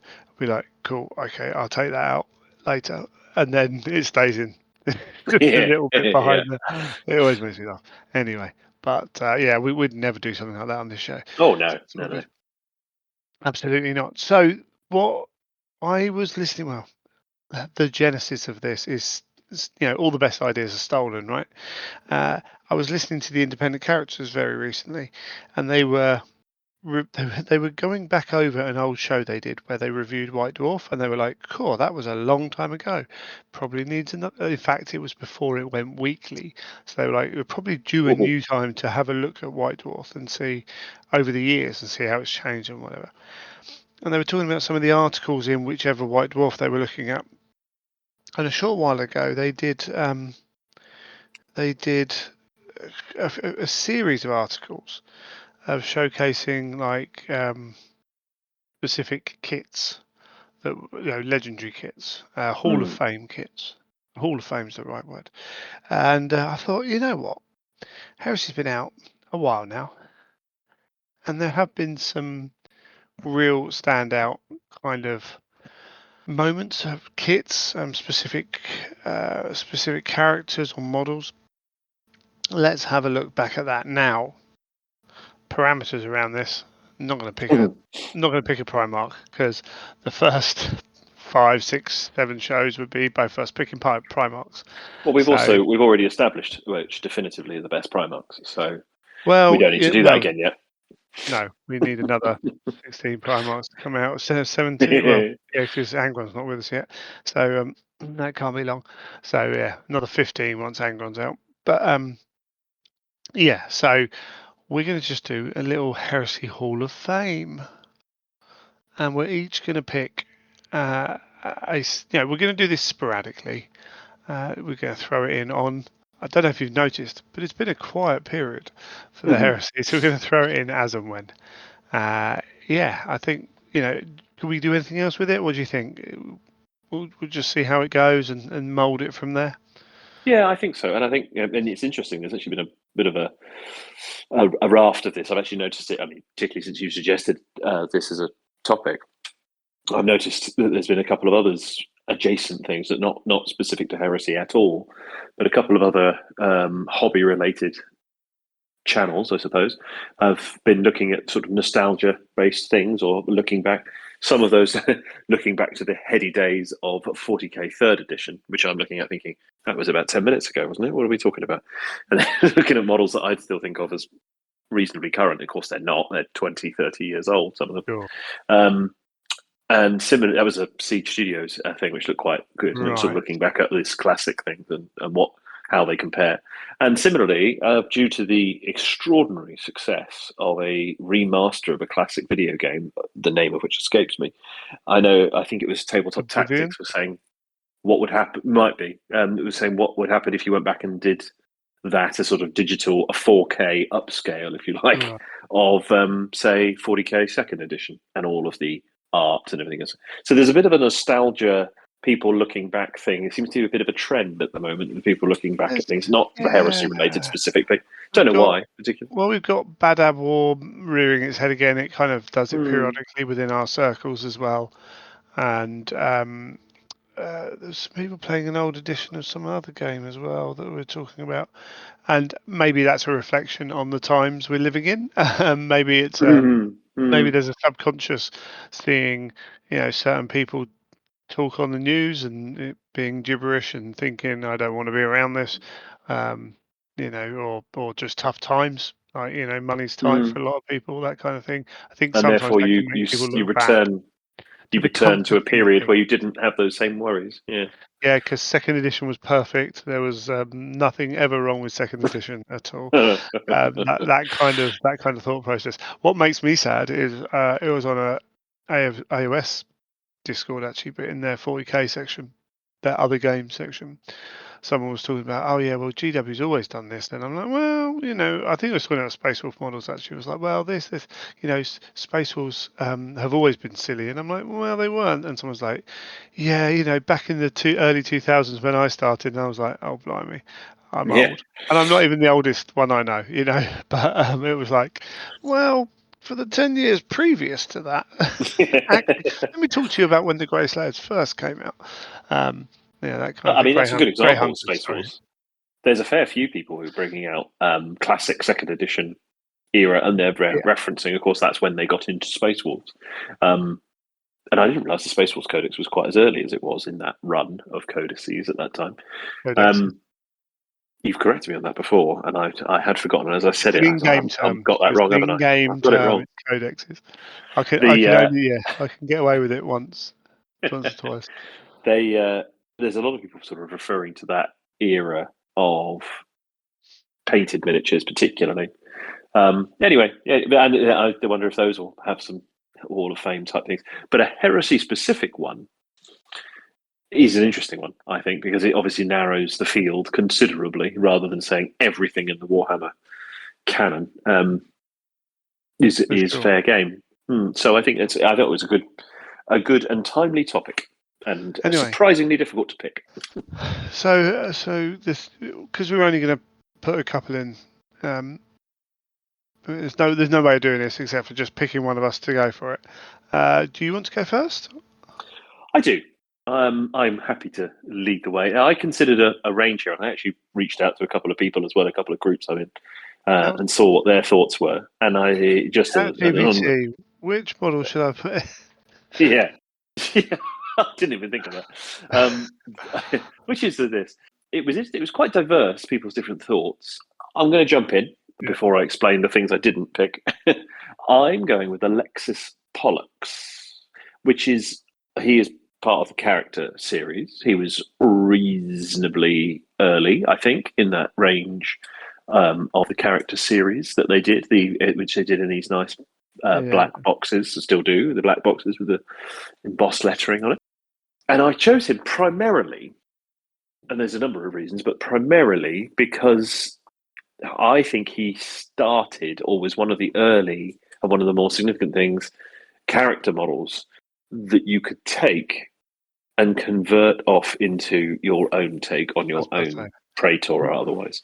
The model that launched 1,000 conversions. Exactly, and there have been several others that came along after that, and the most recent of those, the one I'm seeing a lot of as the basis of some excellent conversions, is Thibault Mar. He's just one of many. Khan is another one.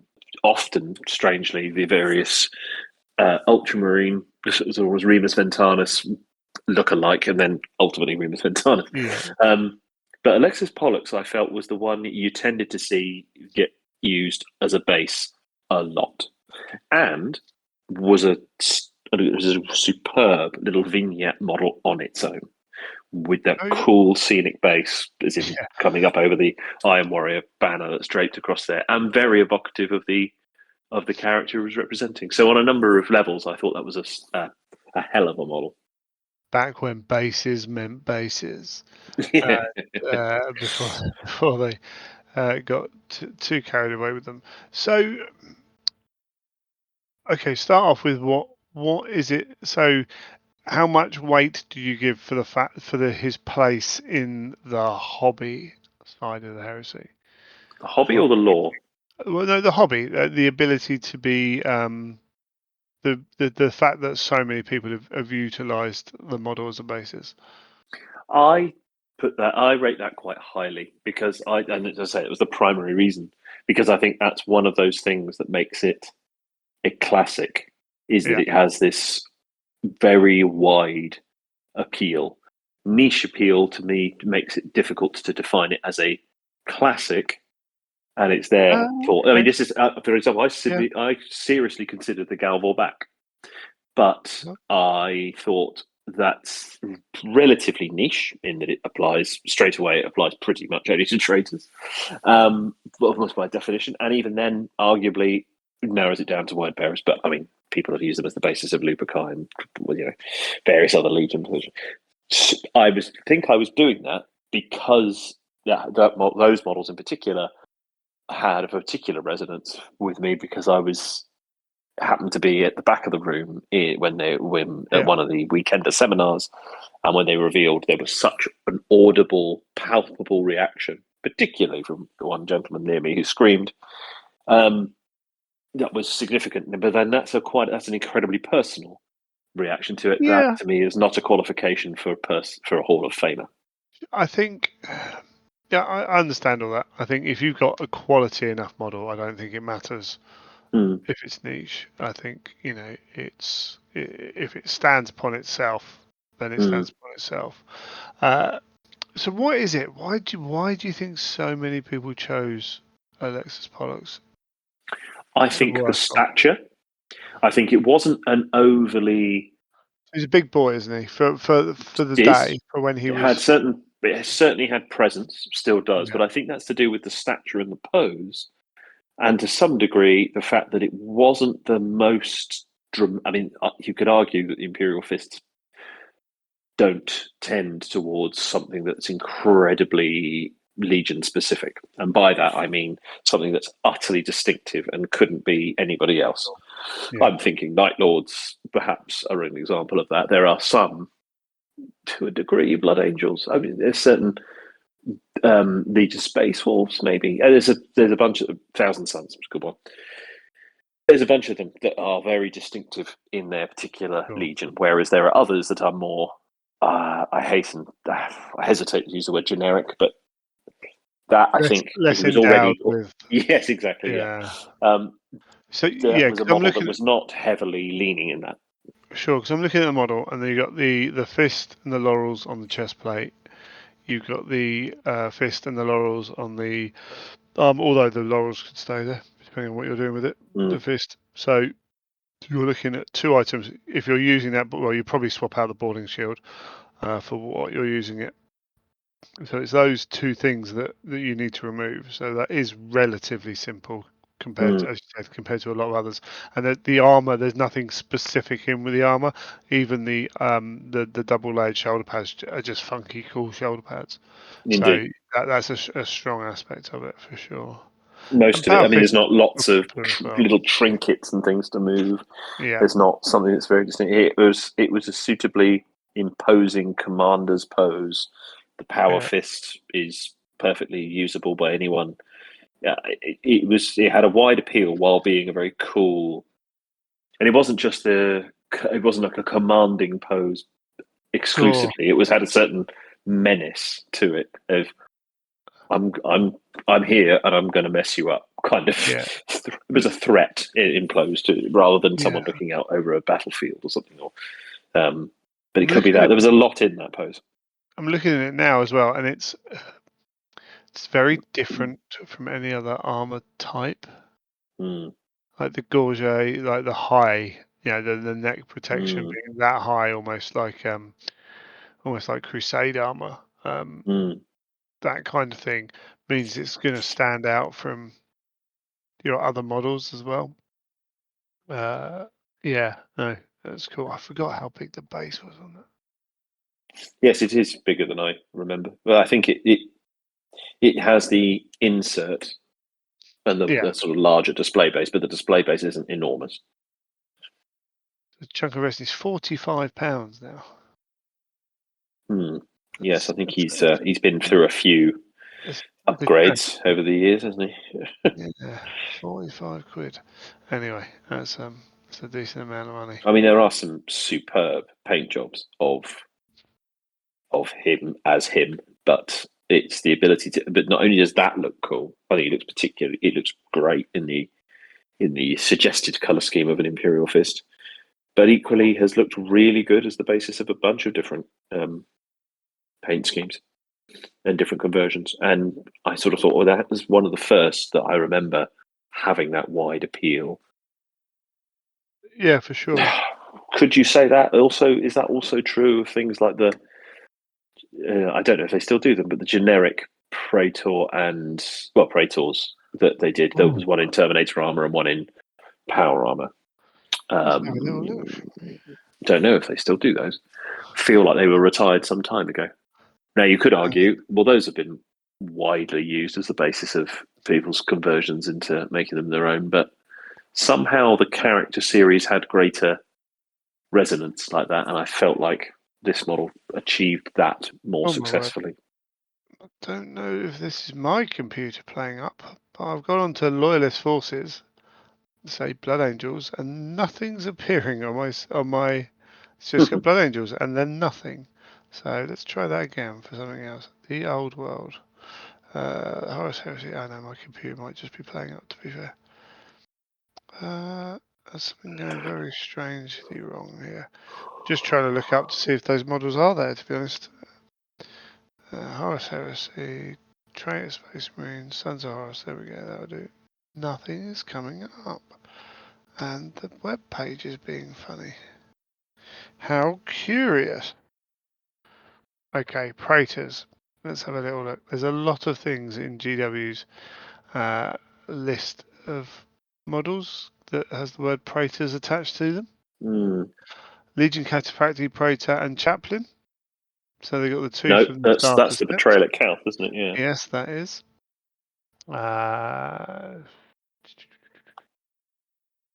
Yes, they are sold out online, but they are on the £43 They are still for there. two of them. Legion They're Praetor, yeah. super cool kits as well. They are. Yeah. Particularly the who knows? Terminator, I always thought. But I mean, Yeah. you could argue that, but I mean, the pose on the power armored Praetor there, I don't think it's anywhere near as cool and iconic as No. Pollux's. Hence why Pollux's becomes the basis for a lot of people's power armored It's or strange, artificer armor. isn't it? How subtle, like, overall, the pose is. I mean, he's got a sword and fist and whatever in the shield, but, you know, it looks so much more like. Maybe it is the base doing part of the job, but it looks so much more like a clip from a film on Pollock. Wow. If you type the word Praetor into GW, then almost every single heresy thing is temporarily out of stock. That is mad. It is a That's bit ridiculous. It is a bit. And it'd be fine Okay. if that was a temporary thing, but the fact that it's been for so long. I mean, Yeah. there's very few others, I think, that are have quite such a wide appeal. I mean, you could argue the same of some of the others. I mean, the Imperial Fist's Legion Praetor, the not named one, is also very good at being used across some of the others. Whereas you look at the Ultramarine one, the Word Bearers one, the Space Wolves one, they're much harder to use and have well, they're very specific to what they are. Yeah, and Whereas I feel like that one is great. If you look across the named characters as well, I'm looking down, and you're right. You've got, Ralderon has a lot of bits on him. Eidolon has plenty on him that stands out. It is Emperor's Children. Sigismund's not too bad. Alfred Dynat, I feel like Sigismund has suffered a bit because of the age of the model. There's certain proportions there. I sort of feel like the legs are very skinny. There's something. It's not quite as timeless somehow as Pollux seems to have been. Any of these. Anyway, who knows? Who knows? Okay, so yeah, I think you're probably right. I think there's the fact you've got a fantastic model who stands out by himself, and yet also is kind of seen so many different places. I think we can accept that in. I feel that's allowed. I get him through the gates. As I say, it was very tempting to go with a more generic unit, but I thought, well, to kick us off, I'm going to go with something there because I was trying to find iconic heresy. Yeah. As a definition of what Hall of Fame means, but I thought, well, actually, there's something about this being a use and it capturing that in addition to being something sort of an elevated level rather than starting, say, with the rank and file, which is where I might have gone for a breacher. But we can revisit my other choices on another occasion. Indeed. What was your choice? Well, so I'm going back to something that is, when people think of 40k, they think of, types of units, and then the Heresy an expansion appeared with those, and I'm talking about the original Contemptor Dreadnought. 40 Dreadnoughts and 40k are, let's go hand in hand. When the Contemptor changed the game, and now we see loads of different types of Dreadnoughts. Beforehand it was it was different armaments for dreadnoughts, but that was about it. And then the odd specific ones like Blood Angels, Chaplain, and Space Horse, whatever. But now we got Contemptors, we got Leviathans, we got the various 40k ones as well. Like dreadnoughts have expanded, but this was not always the case. Mm. And the Contemptor, I think, still holds up. Oh yeah, as I would say just a wonderful piece of kit. Mm-hmm.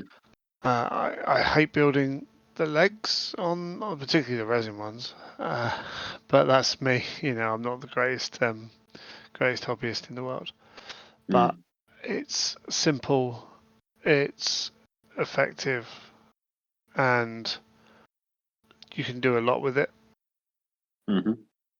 And then, of course, they added on like the Legion specific bodies, which and the arms and everything else, which is a touchy subject now. But none of these bodies are in stock either. Shocker. But yeah, I don't know. I think it. I'm at the point now. So the old Dreadnought, there is a bit of nostalgia about the what's it called? The Ferabundus. Ferabundus, the Castaferum Dreadnought. There's a lot of bit of nostalgia for that, but Contemptor's so much better. I'm like, I don't want Diddy Dreadnoughts anymore. No. I want the variations we now have. Seeing some people look at 3D printing some the old box noughts, the old Mark IVs, particularly the Forge World variant with the sort of Space Marine style head, and even that you see, and I've just done a search actually to see there some of those, and you see some of those stand up next to, which I mean, I would argue that is an iconic design. I've mentioned some of those who are looking back at those things. That is iconic, as you say, synonymous with Warhammer. However, the jump to the Contemptor and then what that ultimately led on to as Inspire in terms of an iconic unit, and I'd say, is it? I think it is iconically Heresy, isn't it? It was interesting because the first time I saw it made me think. It called back to me of, oh my goodness, they have fully realised that tiny plastic dreadnought that I used to have in Epic in the Stompers box. I think was where it first came around, which at the time I thought was super cool when it was only 20 mil high, something like that. It was tiny. To see it then realised in that larger form, I think that is more iconic than that Epic version ever was. Yeah, I think you got to remember as well that a lot of people aren't as old as you, or weren't in the game as long as you either. It has become completely aligned with Heresy, which is crazy, seeing as you temporarily out of stock at the moment. Shocker.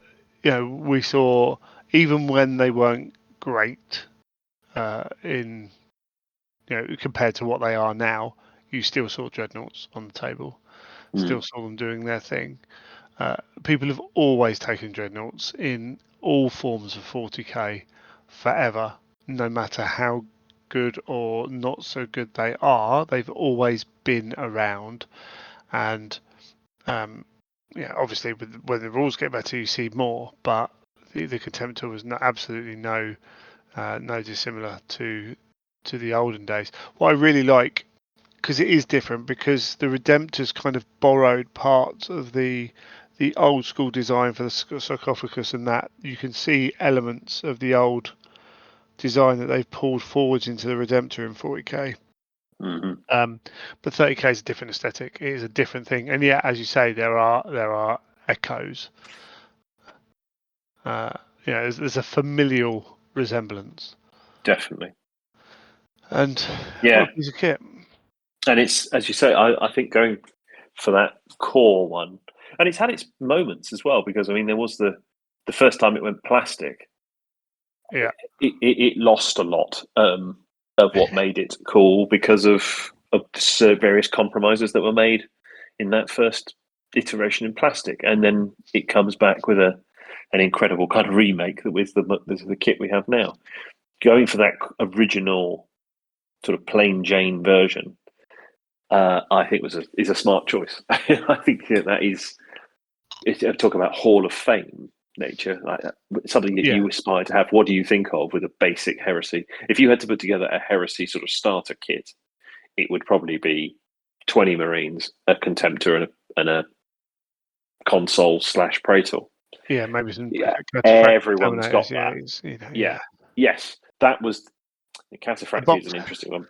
Yeah, but Cataphractii was the one that made me think. Actually, that is something I was. That is a strong candidate for this because again, that was it. Was a similar time because if I remember correctly, when they announced Heresy, did Contemptor come along at that point as well? I do. I definitely it was remember the early. Cataphractii. Cataphractii was shown on a turntable on a little video as we're doing the Heresy now at Forge World, and it sort of like it caught my. It was a proper wow moment. That's such a good rendition of the artwork I saw in the Sabretooth Games card game and similar that they explored with these concept images. Definitely the Cataphractii did that, and I'm pretty sure the Contemptor was around the same time. It's just one of those first things you think of when you think of heresy, Mm, you know, and there's huge amounts of them dotted around the place in different forms, and they got the Legion specific ones again and stuff like that. But you know they're cool, or some of them are more cool than others. But the Contemptor itself is just a cool thing, it and did. yeah, I think it always will be. And people still create these real masterpieces with them, using that Yeah, as a base, going to a it's. greater or lesser I extent. wonder.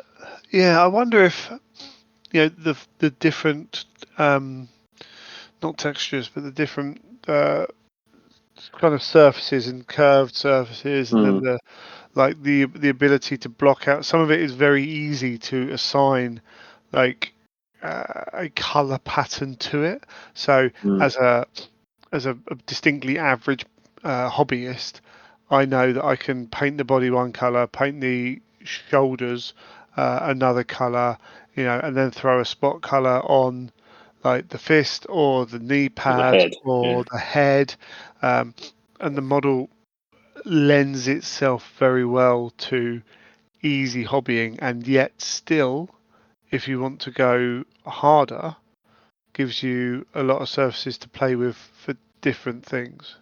Yes. And it then becomes as a core template. It's then been taken, as you said, to become these various Legion specific versions, of which some of those are fairly iconic, and are widely used in that way, and don't have to be Legion specific. I think the Death Guard one in particular is probably the most widely used. You see that being reused by all manner of different legions, particularly Iron Warriors, but there's a whole bunch of people who would take those. So Yeah, it become doing exactly what you're saying. I've got all these surfaces. Well, how about I make some of those the sort of bonding studs on those, or how about we make that as a layered armor plate, or a mottled version in case of that White Skull one. There's a load of cool things you can do with it Yeah, as a yeah, starting point. and then your White Skies or your Blood Angels, particularly, there's areas on there that you can go to town with because they allow you to play with them. And yet it doesn't look out of place if it's silver Iron Warriors, dull silver, or Mm, let's say mm, Death Guard, off white, and relatively plain. I think the model can speak for itself mm. very simply, and yet also takes on those details um, as a canvas really well. Only counter I would have to it is that infantry is the place my head goes to, but this is a personal thing. It's the place my head goes to more readily when I was thinking of first entries into the into the Oh, self-titled Heresy Hall of Fame. But I think it's that might be too limiting, and I think that's a bit too much of a knee-jerk reaction. So even as a big time because counterpoint, I don't think it's got I was much legs as a contemplating. counterpoint. No, it doesn't. I was contemplating a tank as my first one. Yeah. It's, I mean, for this, I mean, as I say, completely subjective. Like, but if I think of like the way they look at Hall of Fames for stuff like this, it's as much like what is what do you think of, but it's also like what changed the game. So a little while ago, there's a podcast called My Life in Miniatures, and ex-GW staff member did it. It was really fun. I really enjoyed it. People talking about various like design this, but for miniatures. And again, as one of the lesser hobby people on there, one of my first things I wanted to put in was the Grey Hunters pack from 40k coming up for a second time in the topic, because the Grey Hunters pack changed the game. That was for those who weren't around, it was a box release with so many bits in it. It was just jam packed full. You didn't just get your 10 Marines to build with a couple of options. You got stuff everywhere. And it was the first of the new line. And I think there's something about the Contemptor that just changed the game a little bit. And as part of the Heresy, but conjoined with what was going on, the Contemptor feels like a real shift. Yeah. I think that's fair. Cool. It'd be interesting to see, well, what else they come up with. I suppose. I mean, dreadnoughts. I'm positive they've got ideas for more dreadnoughts. I mean, there are rumours about. I don't know how true they are, but dreadnoughts will always sell. I'd love to see the numbers, because I just think they've just been a constant kind of thing. It would be interesting to see which of them as well, because I feel like the Leviathan was a very interesting introduction. It felt like a bit of a surprise at the time, and I would argue the Leviathan, it was out of nowhere. Yeah, it really was. It came along, and you sort of think, "Wow, I wasn't expecting them to do an even up armored version." And I would argue that had more of an influence over what became the Redemptor Dreadnought. Yeah. In 40k, it was sort of like, "Oh, that's interesting that they've done this," and so it'd be interesting. And then think of the number of people as well. I see this a lot now, where people are using the Telemon, the Custodes Telemon, as a kind of relic Leviathan or something similar. There's definitely an appetite for a range there, of which the Deredeo, and there's the Deredeo, I think, is their sort of interpretation of the old Space Crusade Dreadnought. Yeah. Or the Space Crusade Dreadnought had a heavy Dreadnought equivalent that had a second set of heavy weapon arms on it. So you wonder if there's scope for crazy extra interpretations, as you say, and I think there's an appetite for them. Yeah, I think anytime you put, like, walkers are cool, especially when you put a near dead person in one. Like, it just makes it cooler. What's interesting to think about is for 40k, you've got this Space Wolf redo. I think so Adam Troke said there were 11 kits, and we've had 9 revealed, I think, or something like that. We haven't seen Bjorn yet. And what do they do with Bjorn? Do they not have him around? Or do we get Bjorn in a new body? Do they play with the Redemptor chassis? Or do they play with the lore of the Redemptor, because the Redemptors kill the person inside? Like, they die from being interred in as part of it. So I don't think they'll do that. So do we get something slightly different with that in thingy? But yeah, the fact that you have your fallen warriors who can't, who are going to die, and it's kind of cool and kind of seriously grim dark that they're like, yeah, you haven't finished serving the Emperor, and they welcome it, like, at the start anyway. Maybe not after hundreds of years of being stuck in a dreadnought body, but That will be interesting to see what those other two, as you say, Bjorn, given the other characters that they've done, it feels like Bjorn will be an odd one to have missed, and I would have bet money on that. But then Longfangs, Space Force Scouts. I would want. I mean, again, GW tend to work in waves as well. So even though you're having a range refresh, I would want Scouts, and I would want Bjorn. I think Scouts would be a big one for them to do, because particularly as they've got more contemporary well. Scouts as well. Yeah. Yeah, but as Space Wolf Scouts are really different from normal Scouts. So But I mean, who knows? Who knows? Anyway, that's all 40k. That's a different conversation. Yes. So, entering the Heresy Hall of Fame, we have Alexis Pollock, half of the greatest love story in the history of the universe, and the quite plain and simple, relatively, Contempt Dreadnought. What an opener. Yeah, let us know what you think. Let us know what you think should go in. I say we'll revisit this periodically. I think it's one of those things you can't do it too often anyway, because you end up having to scrape the barrel very quickly. Quite. But yeah, we can pop on with this every now and then. I think. Awesome. Lovely. What should we call that there? I think we should.